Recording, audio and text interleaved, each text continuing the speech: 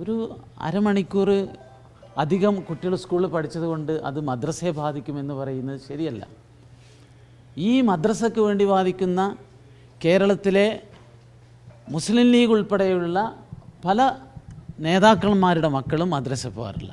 അവരെല്ലാം കുട്ടികളെ ഉസ്താദിനെ വീട്ടിൽ കൊണ്ടുവന്ന്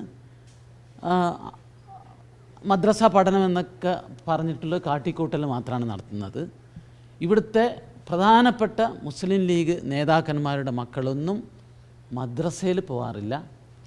അവരൊക്കെ വീട്ടിൽ നിന്ന് തന്നെ ട്യൂഷൻ കൊടുത്തിട്ടാണ് മതപഠനം നടത്തുന്നത്.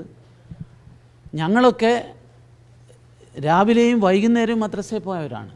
അത് നമ്മുടെ പൊതുവിദ്യാഭ്യാസത്തെ ബാധിച്ചിട്ടുണ്ട്. പിന്നീടാണ് ചില പരിഷ്കാരങ്ങൾ വരുത്തി രാത്രി മദ്രസയിൽ രണ്ടും പോകേണ്ടതില്ല, ഏതെങ്കിലും ഒരു സമയത്ത് പോയാൽ മതി എന്നുള്ള പരിഷ്കാരം മദ്രസ രംഗത്ത് ഞങ്ങളുടെയൊക്കെ കുട്ടിക്കാലത്ത് വന്നിട്ടുള്ള മാറ്റങ്ങളാണ്.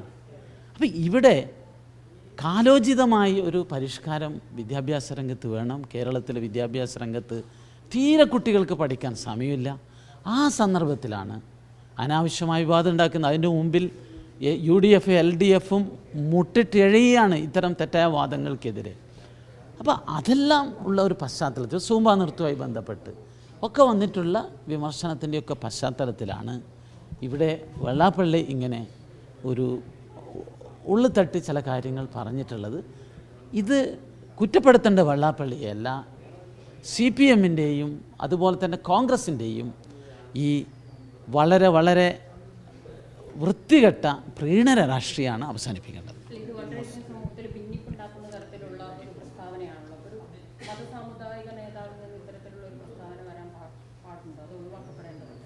ഇവിടെ ക്രിസ്മസ് വെക്കേഷനും ഓണം വെക്കേഷനും ഒക്കെ വെട്ടിച്ചുരുക്കണമെന്ന് പറയുന്നത് സമൂഹത്തിൽ ഭിന്നിപ്പുണ്ടാക്കുന്നതല്ലേ?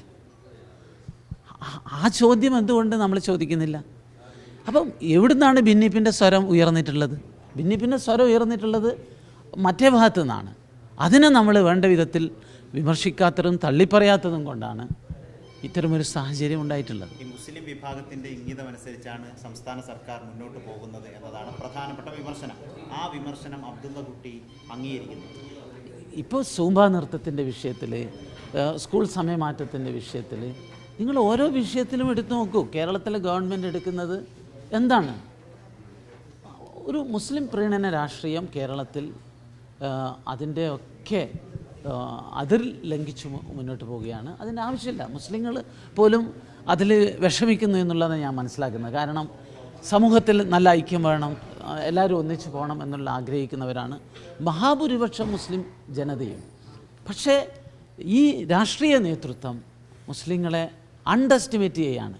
അവർ വിചാരിക്കുന്നത് എന്തെങ്കിലും ഇങ്ങനെ നക്കാപ്പിച്ച കൊടുത്താൽ, അവർക്ക് വേണ്ടി ഇങ്ങനെ എന്തെങ്കിലും പ്രസ്താവന നടത്തിക്കഴിഞ്ഞാലൊക്കെ അവരൊക്കെ ആവേശം കൊള്ളുന്ന. അങ്ങനെയല്ല. മുസ്ലിം സമൂഹത്തിലെ വളരെ വിദ്യാസമ്പന്നരായിട്ടുള്ള ആളുകളെല്ലാം കേരളം ഒറ്റക്കെട്ടായ ഐക്യത്തോടു കൂടി മുന്നോട്ട് പോകണമെന്നുള്ളതാണ് ഞങ്ങളുടെ മുദ്രാവാക്യം. എല്ലാവർക്കൊപ്പം എല്ലാവർക്കും വികസനം എന്നുള്ളതാണ്.